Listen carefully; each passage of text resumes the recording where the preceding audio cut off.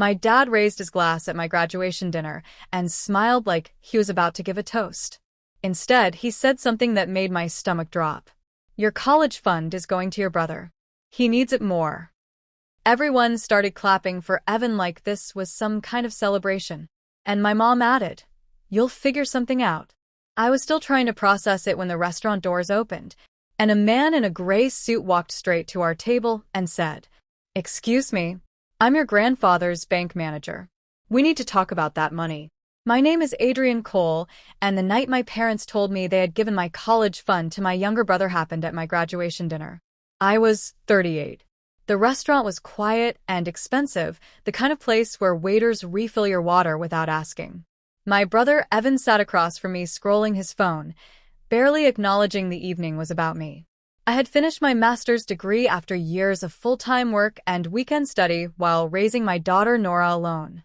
Dad slid an envelope across the table. Before I could open it, Mom touched my wrist and said there was something they needed to explain. The way her eyes avoided mine told me everything. The college fund my grandfather Harold had built over 30 years had been redirected. She said Evan needed it more. He shrugged and went back to his phone as if the conversation concerned someone else. 2 decades of being the responsible child, the one who never asked and always found her own way. Apparently, that had been my mistake. Just as I thought the evening could not get worse, the front door opened and a man in a gray suit stepped inside, asking for my grandfather by name. The man crossed the restaurant directly to our table. He introduced himself as Mr. Victor Langley, senior manager at First Heritage Trust Bank, the institution that had managed my grandfather Harold Cole's estate for 11 years. He was composed, unhurried, and unmoved by the awkwardness of interrupting a family dinner. The moment Mom heard his name, something shifted behind her eyes, not surprise, but the tightness of someone who has been expecting a problem and just watched it arrive. Dad set down his fork. Evan put away his phone. Mr. Langley apologized for the intrusion and explained he had tried to reach my parents multiple times over 2 weeks without response. He had located our reservation through the restaurant's booking system. He was here because there were significant irregularities in my grandfather's trust account requiring immediate attention. My mother smiled stiffly and said everything had been handled by their attorney. Mr. Langley said, calmly, that the arrangement she described might not be legally valid. Then, he placed a thin folder on the tablecloth between us. He did not open it. He rested his hand on the cover and waited with the patience of someone who already knew exactly how the next few minutes would unfold. Nobody spoke. Everything had already begun to change. Mom reached for the folder before anyone else could move. She opened it, scanned the first page, and immediately tried to close it. Mr. Langley placed 2 fingers on the cover and held it open without aggression. He said the trust had been established by Harold Cole in 2009 with specific disbursement instructions. He had flagged a transfer that occurred 6 weeks ago. $1 million moved from the trust to a private business account in Evan's name. The problem was not only the amount, it was the date. He referenced something called a maturity clause. I had never heard that phrase in connection with my grandfather's estate. I had always assumed the money sat in my parents' control, waiting for their permission to reach me. I had never thought to ask about the original documents. Mr. Langley suggested continuing somewhere private. Dad was already pushing his chair back. Mom had her performance smile fixed in place, the one she wore when she was calculating something. But before anyone stood, I leaned forward and read the name printed at the top of the page she had tried to hide. The trust was not in my parents' names. It was not in Evan's. It was in mine, Adrian R. Cole, in clean black letters across the header of a document I had never been shown. We left without finishing dinner. My parents paid quickly and guided us toward the parking lot as though moving fast enough might outrun what was coming. Evan fell into step beside me. He said I should not make this a bigger deal than it was. He said Mom and Dad had made a practical decision and the startup was real. Then he said Grandpa had always liked him more easily, the way you say something rehearsed so often it stops feeling like cruelty. I stopped walking. I looked at my brother, the person I had tutored through high school, lent money to twice without asking for repayment, and defended in every argument, and felt something cold and permanent settle in my chest. Not anger. Something quieter. I asked what the startup actually did. He said it was a crypto investment platform launched with partners he had met the previous year. They were already up 30% in the first month. I nodded and kept moving. I did not say that a 30% gain in 4 weeks on a new unaudited platform run by strangers was not success. It was a warning. I kept that to myself. I needed to understand more before saying anything I could not take back. The drive to the hotel was completely silent. That night I sat on the hotel bed with my laptop while Nora slept in the next room, her stuffed rabbit tucked under her chin. I searched for Evans Company. It existed, filed 4 months earlier, registered to an apartment complex in Nevada, 3 co-founders listed whose names I had never heard. No audited financials, no press coverage, no verifiable track record. Then I found an email from Mr. Victor Langley, already waiting. He had sent it an hour after we left the restaurant. He was sorry for the difficult introduction and wanted to give me the full picture when I was ready. The trust named me as sole beneficiary. The maturity clause meant the funds became legally mine on my 38th birthday. My birthday had been 14 days ago. The transfer to Evan's account had occurred 16 days before that, 2 days before the clause activated. My parents had moved the money at the last possible moment before it became entirely mine. Mr. Langley's final sentence was short and exact. I want you to understand that this timing was not a coincidence. I read that sentence 4 times. Then I picked up my phone and called him directly. He answered on the second ring even though it was nearly 11 at night. That told me something important about what kind of person I had just found. Mr. Langley explained the trust structure carefully. Harold Cole had established it in 2009, naming me as sole beneficiary. My parents were listed as custodians with authority to manage the account while I was a minor. That authority had expired on my 21st birthday, 17 years ago. After that point, they were legally supposed to have no access. However, a secondary clause allowed custodians to make a single disbursement before the maturity date, provided it served educational or family welfare purposes. My parents had used that clause as their window. They submitted paperwork describing the transfer as a family investment for collective financial well-being. The bank flagged it because the description was vague and the receiving account was a newly formed private business with no documented connection to education. When the bank sought clarification, my parents did not respond. Instead, they booked the dinner, flew across the country, and told me in person, calculating I would absorb it quietly and move on. Mr. Langley said preliminary information suggested Evans' platform was already in serious financial trouble.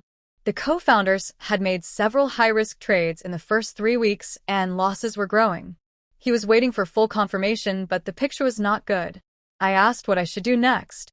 He said, "Come to the bank in the morning and bring identification." The next morning, I went to the bank alone. Nora stayed at the hotel watching cartoons, unaware anything had changed. Mr. Langley met me at the entrance and walked me to a small private room with a wooden table and a glass of water already set out. He brought a safety deposit box and left me alone with it. Inside was a plain white envelope with my name in my grandfather's handwriting, the careful, slightly slanted script I recognized from every birthday card he had ever sent. I opened it slowly. The paper was heavy and cream-colored and smelled faintly of the cedar closet where Grandpa kept his personal documents. He started the letter the way he always started conversations with me, by calling me my girl. He wrote that love and fairness were not always the same thing inside a family. He had watched the balance tip toward Evan for years, not because Evan was more deserving, but because Evan was louder and my parents had always confused loudness with urgency. He had built legal protections into the trust because he suspected they might try to move the money before it reached me. He ended with one sentence that made me press my palm flat against the table. "If the bank ever calls you my girl, it means they tried something, and it means the truth is still catchable." I stayed in that room for a long time after reading. The water had gone warm. The ventilation hum was the only sound. I read the letter 3 times. Grandpa had known well enough to build legal protections into the trust and then write a personal warning alongside them. The grief of losing him arrived differently now, not as absence, but as presence. He had spent years constructing this safety net quietly, without telling me, because telling me would have required explaining a distrust of my own parents before it was necessary. I walked back to Mr. Langley's office and said I was ready to understand everything. He confirmed the maturity clause. He confirmed my parents' custodial authority had lapsed when I turned 21. He confirmed the secondary clause they had used almost certainly did not cover a transfer to a private speculative business. Then he showed me what the audit had found. Of the original $1 million transferred to Evan's account, approximately $710,000 had been lost in failed trades over 6 weeks. The platform was unregulated. The trades were irreversible. Roughly $290,000 remained. Mr. Langley let that number sit between us. I thought about Grandpa building that fund slowly over 30 years. Then I asked what came next. That afternoon I called a trusts and estates attorney named Irene Walsh, whom Mr. Langley had quietly recommended. She had 20 years of experience with estate disputes and a voice that made difficult things sound manageable without false reassurance. I emailed her the documents. She called back within the hour. Her assessment was direct. The transfer was almost certainly unlawful. The custodial authority had lapsed. The secondary clause was being applied far beyond its intended purpose. I had strong grounds to recover the remaining funds and to challenge the transfer's validity. She said my parents had likely counted on me not knowing any of this, not having access to the original documents, not understanding the timeline, not having the energy to fight. She said she had seen this pattern before, typically in families where one child was consistently assumed to need less protection. I told her she had read my family correctly. She said a meeting was already scheduled at my parents' attorney's office the following afternoon. She said I should attend, but not without her. I told her I would be at her office at 8 in the morning. That evening my father texted, "Hope we can still fix this as a family." I read it several times trying to decide whether it was an apology or a tactic. I did not reply. Evan called before I left for Irene's office. His voice had lost its easy confidence. He said the bank had frozen his business account and his partners were panicking. He said this was my fault. I must have reported something, flagged the account, triggered the review because everything had been fine before I started asking questions. I let him finish. Then I said, calmly, that I had reported nothing. The bank had already been monitoring the account before the restaurant dinner. That was why Mr. Langley had come to find us. The freeze had been triggered by the bank's own compliance protocols, not by me. Silence. Evan asked what I was going to do. I said I had not decided yet. He said he needed the funds urgently. He said there was one final trade that could recover everything if the account was unfrozen in time. I thought about $700,000 gone in 6 weeks on an unregulated platform. I thought about Grandpa's letter in my bag. I told Evan I would call him back and hung up immediately. I called Mr. Langley. He answered and said he had been about to call me. The audit had uncovered something beyond the trading losses, something that changed the shape of the entire situation. He said I needed to hear it before the afternoon meeting. I walked into my parents' attorney's office with Irene Walsh beside me. Jeffrey Strand, who had represented my parents for 15 years, looked at Irene and immediately adjusted his posture. My parents were already seated at the conference table. Evan was there too, to Mom's left, looking like he had not slept. Documents sat on the table, signature lines visible at the bottom of the top page. I already knew what they were. Irene opened her briefcase before Jeffrey Strand finished his opening sentence. She placed her documents on the table without drama and said my client would not be signing anything today. Jeffrey started to respond. Irene held up one hand, not aggressively, just firmly, and said before any resolution was discussed, the family needed to understand the transfer was almost certainly illegal under the original trust terms, and that my parents' custodial authority had lapsed 17 years ago. She slid her written analysis across the table. Evan stared at it. My mother's smile held, but her hands went completely still. My father picked up Irene's document and read slowly. His expression changed page by page, the way a man's face changes when he realizes the thing he dismissed is actually serious. Jeffrey requested a 10-minute recess, left with my parents, and closed the door. Evan and I sat alone at the table. Neither of us spoke. Near the end of the recess, Evan spoke. He said he had not known about the maturity clause. Mom had told him the money sat in a family account with no restrictions, that it was theirs to allocate however they chose. He had never seen the original trust documents. He had asked once, and she had said it was handled and not to worry. I looked at him carefully. I believed him. Not entirely, but enough to matter. My mother was precise about what she shared and with whom. Evan had spent his entire life being told he was the one with potential, and he had never had reason to question the terms of that story. That did not make him innocent, but it made him something other than a deliberate partner in what had happened. When my parents returned, Jeffrey Strand was quieter and more careful. He confirmed he had not been shown the full trust documentation when advising on the transfer. He needed time to review. My mother told Irene she was sure this could all be worked out reasonably. Irene said she was glad to hear it and set a follow-up for the following week. As we stood to leave, my father touched my arm briefly. He said nothing. He just looked at me for a moment with something close to genuine remorse. I nodded once and walked out. The audit expanded after Irene formally notified the bank of my legal claim. The compliance team reviewed every transaction in the trust going back 3 years. What they found over the following 10 days was worse than either of us had expected. The transfer to Evan's account was the largest problem, but not the only one. There had been 2 earlier withdrawals, $15,000 and $22,000, taken from the trust 4 and 3 years prior. Both had been classified as administrative fees.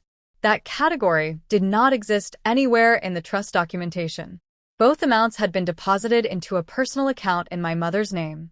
When Irene presented this to Jeffrey Strand, he withdrew from representing my parents that same afternoon. They hired a new lawyer. Every communication changed overnight. Warm messages became brief and impersonal. Dad sent one text, "I hope we can still fix this as a family."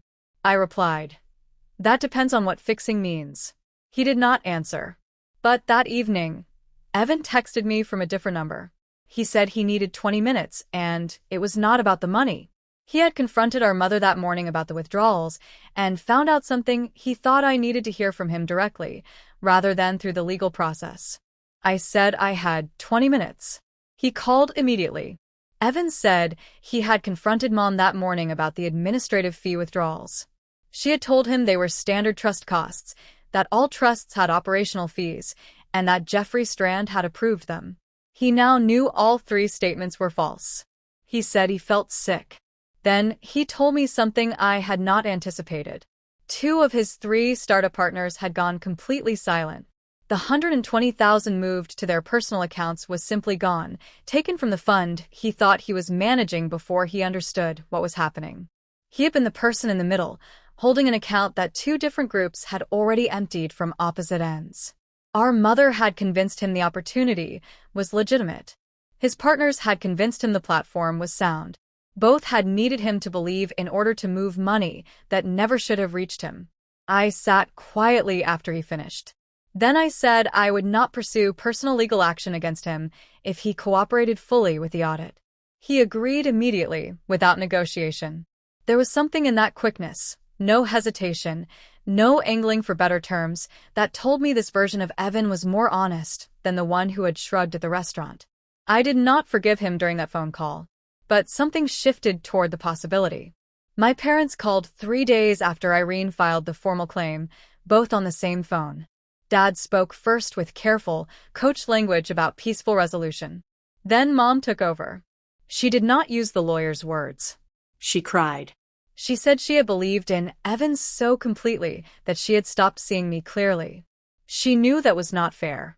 She had told herself for years that because I was capable, I did not need the same investment, that directing money toward Evan was how she balanced things between her children.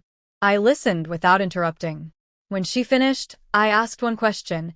Had she ever, at any point, considered calling me before they moved the money? A long pause. She said she had thought about it. She decided not to, because she was afraid of what I would say. I told her that was the most honest thing she had said to me in years, possibly longer. Then I said the legal process needed to run its course before we could have any real conversation about what came after. She said she understood, and sounded like she meant it. That did not change anything legally. But it changed something smaller, something about whether the door between us was locked entirely or only closed. Those are different things, and at that point I was still working out which one it was. The remaining $290,000 was formally returned to my control 6 weeks after Irene filed the claim. The bank's legal team moved efficiently once the documentation was clear. The $37,000 in earlier withdrawals was added to a structured repayment agreement my parents signed without significant resistance. By then they understood that fighting would only deepen a hole they were already standing in. The two co-founders who had siphoned out the $120,000 were a separate matter. Irene referred that portion to a financial crimes attorney she trusted. 2 of the 3 men were eventually identified and contacted by regulators. Recovery would be slow and was not guaranteed. The $700,000 lost in failed trades was simply gone. No legal process could reverse positions on an unregulated platform. That number sat in my chest like something heavy. Grandpa had built that fund carefully over 3 decades. Evan's partners had destroyed most of it in 6 weeks. I tried to think about it the way Grandpa himself would have, not as a permanent loss but as a number that could, with patience and discipline, be rebuilt. That reframe took longer than 1 day to believe. But I kept working at it. Irene told me to focus on what I could actually control. For the first time in months, I had something real to control. The resolution freed something in me I had not known was locked. For the first time in weeks, I slept through the night. Nora noticed. One morning at breakfast she asked if I was okay, which is usually a question adults ask children. I said I was better than okay. She gave me the evaluating look 9-year-olds use when deciding whether to trust an answer. Then she said good, and went back to her cereal. I had not told her the full story. She knew her great-grandfather's college fund had been handled in a confusing way, that there had been many phone calls with lawyers, and that Grandpa Harold had been very smart and kind and had left something specific for me. That was enough for now. Evan came to see me 6 weeks after the resolution. He drove 4 hours from Phoenix and texted from the parking lot asking if it was okay to come up. He sat at my kitchen table and apologized, not for the general outcome, but specifically for what he had said at the restaurant about Grandpa always preferring him. He said it had been performance cruelty he reached for, because honesty was harder. He was not asking me to say it was fine. He was saying it because it was true, and I deserved to hear it. I made tea. We sat together for almost 2 hours. Not forgiveness yet, but something that felt like a beginning. I did not sue my parents. Irene had laid out the option clearly. The grounds were solid, the documentation strong, and the outcome would likely favor me. I thought about it seriously for several days. I sat with Grandpa's letter and read it again, looking for guidance between the lines. What I found was not anger. He had not written it in anger. He had written it in love, a careful, protecting, structural love that understood its own limits. He had not wanted me to be bitter. He had wanted me to be protected. Those are not the same instruction. I arranged the repayment agreement for the recoverable funds and accepted that the rest was gone. I told my parents I needed at least a year of distance before considering what kind of relationship was possible going forward. Dad said he understood. Mom said she hoped I would eventually see she had acted from love, even if the method was wrong. I told her I could hear that she believed that, and that it was part of what made everything so painful. Bad decisions made from genuine love require grieving 2 things simultaneously: the loss itself and the person you thought you knew. I did not say all of that. I said goodbye and ended the call quietly. Then I sat at the kitchen table with Grandpa's letter and read it one final time. 4 months after the dinner, I opened an investment account with the recovered funds. No ceremony, no announcement. I sat at my kitchen table on a quiet morning and made the first deposit with the same steadiness I had watched Grandpa demonstrate every time money came up between us. He had never been excited about money, which I understood now was actually the correct relationship to have with it.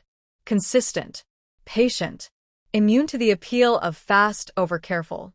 I thought about my mother's word, multiply, and how differently she and Grandpa had understood what that meant.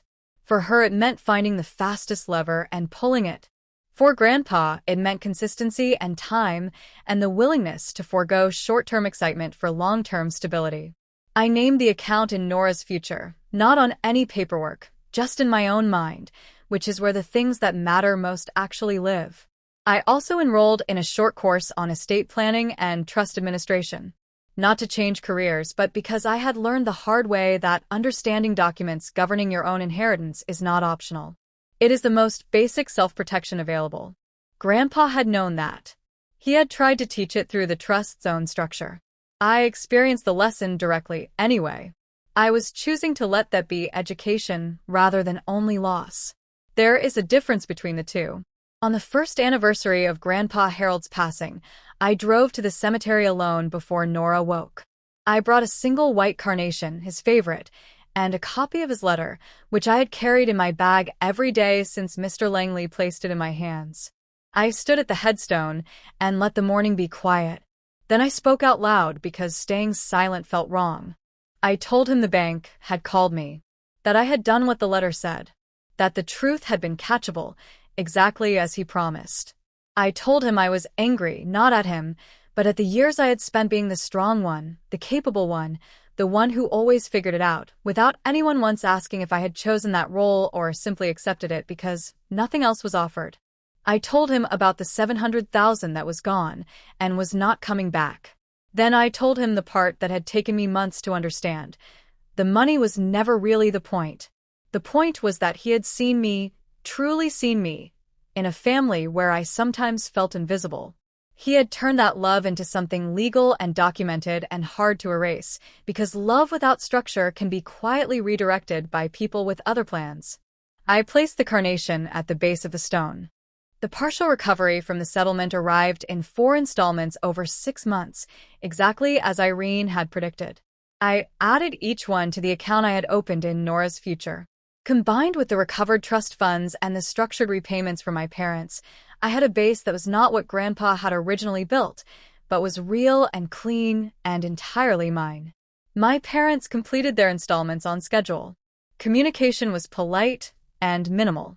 Dad texted occasionally, short messages, factual, nothing requiring a long reply. I answered briefly, but I answered.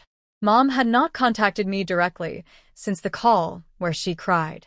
The year of distance I had asked for still had months remaining. Evan and I had established something tentative and real. He had cooperated fully with the audit. His startup was dissolved. He had taken a regular job in Phoenix with a salary and no co-founders. He texted me about ordinary things, a film he had seen, a question about Nora's upcoming birthday.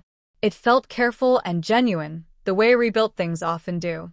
I thought often about what Grandpa had written, that love and fairness were not always the same thing, but they could be worked toward, slowly, by people willing to stay honest about the distance still between where they were and where they wanted to be.